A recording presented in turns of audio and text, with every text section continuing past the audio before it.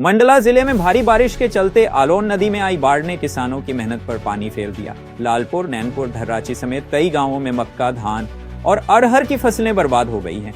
किसानों ने महंगे दामों पर हाइब्रिड बीज खरीदकर खेती की थी, लेकिन पौधे बनने से पहले ही बाढ़ में बह गए। अब अन्नदाता पर आर्थिक संकट मंडरा रहा है। किसानों ने प्रशासन से मुआवजे की मांग की है ताकि वे फिर से बुआई कर सकें। प्रशासन ने नुकसान के आकलन की बात कही है। यूनाइटेड न्यूज ऑफ एशिया के लिए मंडला जिला ब्यूरो की रिपोर्ट। मिल रही है।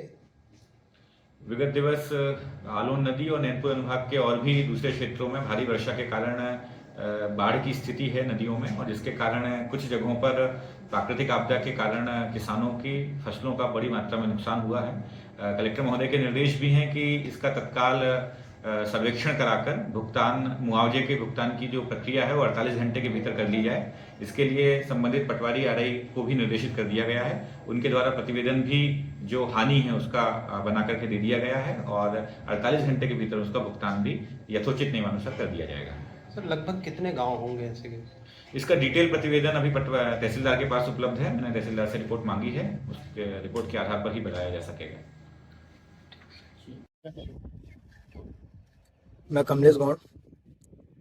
जिस तरीके से आज कुछ दिनों से अत्यधिक वर्षा हो रही है, उस कारण नदियों में बहुत बाढ़ चल रहा है, जिसके कारण किसानों ने जो खेत बोए थे, मक्का, धान, ज्वार जो लगाए थे, वो अंकुरित होने के पहले ही बह चुके हैं। जिसके कारण प्रशासन से हमने मांग किया था कि जो बाढ़ प्रभावित खेत हैं, जो किसान हैं, उनको उचित मुआवजा दिलाने की प्रयास करें।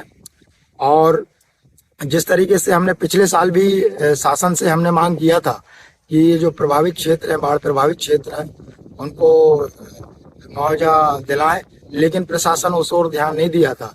इस बार हमने समय के पहले ही प्रशासन को जगाया है कि जो किसानों की खेत बर्बाद हुई, फसलें नष्ट हुई हैं, उनको उचित मुआवजा देने की प्रयास करें।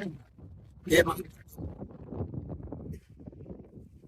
आलोन नदी जो है, आलोन नदी के तटीय क्षेत्र में लगभग नैनपुर तक 12-13 गांव आते हैं, जिसके मंडला जिले के बॉर्डर में लगभग सैकड़ों एकड़ जमीन जो है किसानों की नष्ट हो चुकी है।